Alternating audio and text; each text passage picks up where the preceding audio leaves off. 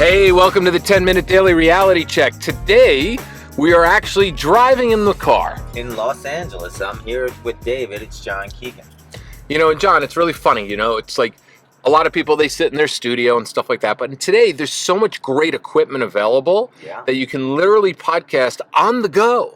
Well, that's what's amazing in general is that we don't have to just be a perfectionist and do everything perfect anymore. We can live our lives and create while we're living. I often write like you do while I'm walking or while you're driving. You're writing, doing that. Whereas in the old days, you had to be in a dusty room out in the mountains doing that. We're living our life, getting multiple things done at once and capturing the moment as it unfolds, which I think is one of the most beautiful things you can do is literally to be present and capture life as it unfolds.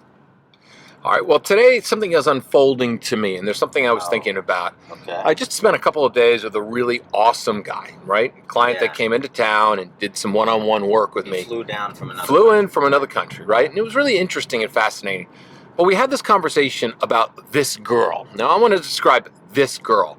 And this girl is, well, you got to beware of this girl. So this girl is a sort of a metaphor for a certain type of girl. Certain type of girl, okay? And guys got to beware of this girl. All right. I'm going to describe her to you. You meet her, you've got excellent chemistry, right? Right off the bat. Highly sexual chemistry. Physical, when you're in your, that feeling, it's like a drug almost, like you're bursting in your brain, that kind of chemistry. That bursting chemistry, bursting in your brain. I'm addicted to her right away. Addicted to her right away. Love the way she tastes. Yep, love the way everything. The way she looks you in the eyes. That kind of thing? That kind of thing. I understand. Everything. Yeah. So, you connect with her. You have sex with her very, very quickly. She puts you under the spell. It's almost like her vagina has a magic spell. Wow. Okay? She puts you under this spell. You're intoxicated by her. Wow. You leave. Nice girl. You leave. Yeah. Spend a couple of days doing something else. Usually you meet this type of girl while you're traveling, or maybe you meet her, she lives in another town. Then all of a sudden, she sends you a nice little text, and then a naughty text, and then a dirty text, right? A naked picture of herself, something to intoxicate you a little bit more.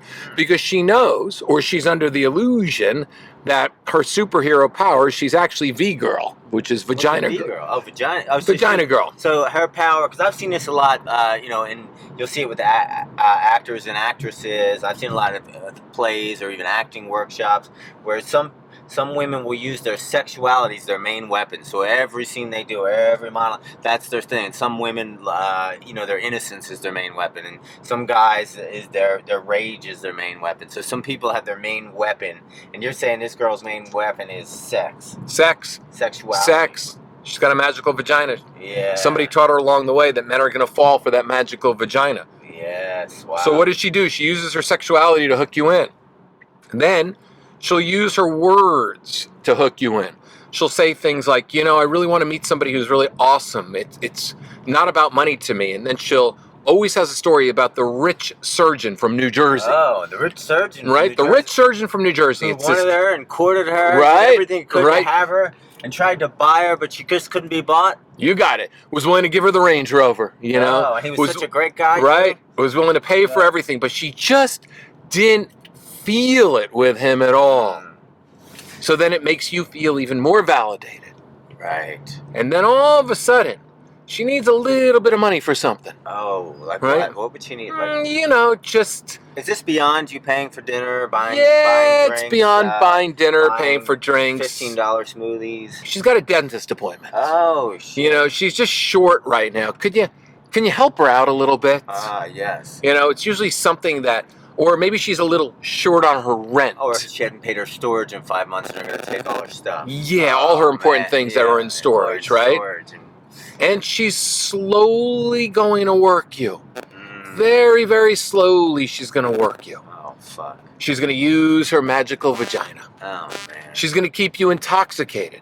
You've never had sex like this before. That look in her eyes. She's smell hungry. From her neck that you just got to get close to and hold and squeeze and love and protect her. And now she's ignited the provider, the protector in you. And then you think in your mind, I've got to step it up. Now it's my time to become a man. Yep. This is what men do. This is what men do. Men take care of their women. Now all I have to do is figure out how to earn double my income. So I can pay for everything for her. And probably triple because she spends twice as much as I do. Right, but she's going to spend it ever so slowly because don't forget, she didn't want the rich surgeon from New Jersey. Oh, why would she want him? She didn't want him. She wanted love. An independent woman who has somebody else pay for her. That's right. Oh, you see, yes. She just sets you up and literally knows exactly what to do. It's almost like a 10-step process. She continues to take you down the path and take you down the path and take you down the path. And the sex is still intoxicating. And she's really wonderful. And she only asks for little things at a time. And then all of a sudden, you start to think to yourself as you look at your Visa and MasterCard bill, and you start to see and you realize that, wow, my Visa and MasterCard bill has gone up a lot. She never buys me anything, and sometimes she will. Sometimes she'll buy you a cup of coffee or grab a smoothie on the way home from, well, her work that doesn't really truly exist because you're not sure exactly what she does all day long. She could actually be on a park bench feeding pigeons all day long. Is that bad? It's that bad. Oh, wow. At least she could do is give you the dignity of telling you she doesn't actually have a job. Or she's working on a new career. No. Nothing. Nothing. Nothing like that. Wow. Nothing. You don't know what she does all day long. You know, you go to work, she'll text you throughout the day. She's available to you all times, which your ego loves. You love the fact that a woman is actually that available to you because you actually feel like the king. Well, let's talk about it, though. I kind of got a picture of the girl you're talking about. But usually there's other red flags besides the money thing. There's things like maybe she all of a sudden does shady things. Like what? Like maybe she disappears. Maybe she's doing things that might make you jealous. Maybe... Well, she disappears because she's getting money from her sugar daddy. Oh, another sugar daddy besides you? Well, no. She's got a guy that's actually supporting her. It's called a benefactor. So the benefactor is giving her some money. You were the benefactor. No, you're actually the guy that she likes that's going to replace the benefactor because she actually has real... Yeah, she's looking for all in one shop. To get her tires changed and her carburetor changed and get the engine tuned up all in one place instead of piecing it out to different spots. Pretty much. She's no longer piece gooding the whole thing. You know, she's no longer adding, she's no longer on Amazon adding different things to her cart because the Jersey guy that wanted her, he actually wanted to have sex with her too. This other benefactor guy, she might have slept with him once or twice, but she's managed to throw him into the friends with money zone. So then all of a sudden she knows how to work him on a consistent basis, and he just feels good because he's helping her out, and he feels like he's helping her out, and he knows that maybe down the road they might connect again because don't forget he was vaginamatized by her one time before. Right. Oh my God. She's a pro, John. Well, so there's a girl, we understand. I mean, I could add in a bunch of other things, like shady other things that go on in someone's life like this, but what does it mean to a guy when he meets a girl like that? Should he run? Should he ride it out and see how broke he can become?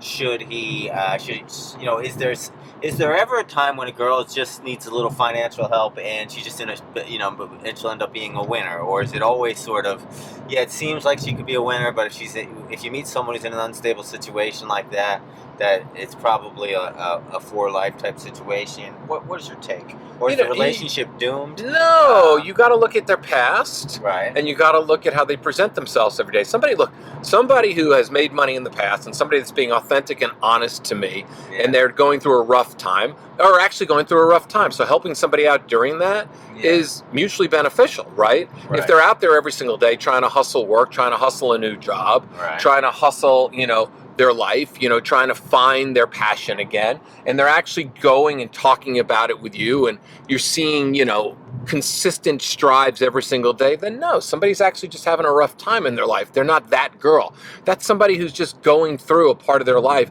where they're trying just to figure things out, and they actually do need some help. And those people, it's an investment. Well, you're making an investment in somebody who you actually believe in, that makes you feel good, that actually brings you benefit as well. Right. If you're a little further along with them, or you got your shit together a little more, and they're listening to you, and they're taking that can be great. But there's that fun, and that is great, right? But there's that but there's that fine line between thinking it's that and it's actually something else that a lot of men fall into the trap of. Hey, I'm helping someone out who just needs a little help right now, and then they get sucked down into this whole horrible toxic waltz of a relationship where just basically you're being used, right? Pretty much. So you've got to look and you've got to see what the fine line is. I mean, if she's not showing you any signs of looking for work, if she's not showing you any signs of her changing or doing things, changing behavior, making efforts, really getting her shit together, then it's up to you if you want to be responsible completely for someone else's life, right? That's up to you. That's your risk to take. But let's talk about, do you think guys ever end up marrying women like that? All the time. Really? So All this the can go time. on right into a marriage thing? All the time. It can go into marriage, and then you have kids with that person, and then the person spits out kids, then the person divorces you, then the person demands half your money. Do you think this is called entitlement? This is like an entitlement, and that you can is there predictors of this? It is entitlement. Is there predictors of this entitlement early on in a relationship? Yeah, you've got, once again, you have to look at how they're bringing themselves to the table every single day. What are they doing every single day? Are they talking about finding work? Are they consistently asking for money? Are they telling you that this is just temporary? Or, are they actually doing things? It's very easy to ask somebody what they're doing over the course of the day to have them recite it. Somebody who's truly following their passion and living their dreams will be talking to you, saying to you, oh my God, John, I had this amazing interview today. It was so great. I really want to work with this company. Compared to somebody, there's just nothing. I can't find anything. I'm going out partying with my friends. No, it's not even that. It's like, there's no good jobs that want to pay me that. There's never anything that's good enough for them or that they'll fit into, or everything they want to do is a non-money maker. What are you saying? Yeah, everything's a non-money maker. There's just so much competition out there. What do they want? They're living excuses. What do they want? Honestly, what do they want? They want to live off of you. That's it. They just want to be children for life. They want to be children for life. They have a sense of entitlement. They want to find a guy that will enable them. The guy will enable them, and they'll just keep making up excuses. It reminds me of the Bill Burr stand-up. You know Bill Burr? I don't love Bill Burr. I love Bill Burr. He said, it's not gonna be funny when I say it, but when he said it was funny. Essentially, when he talked about the hardest job in the world, someone says, oh, the hardest job in the world is being a mother. Yeah, I've heard that one. He's like, wait a minute, the hardest job in the world is being a mother? I thought doing blacktop on roofs in August was the hardest job in the world. Walking around in your pajamas and your fuzzy bunny slippers, that's the hardest fucking job in the world? But I mean, not to say that being a mother isn't important, but let's get fucking real here. So a lot of people are using this mother excuse as a way never to work. They're using the mother excuse never to work. They're using men to never work. It's basically using someone else's. They believe in socialism, but they don't take it from the government. They take it from you. Exactly. I mean, and the fact is, the mothers that say that all the time. I got to tell you, being a mother the first year after witnessing it, I got to tell you, the first year of a kid's life, first 2 years of a kid's life, I got to agree, that's a tough job, but a very rewarding job.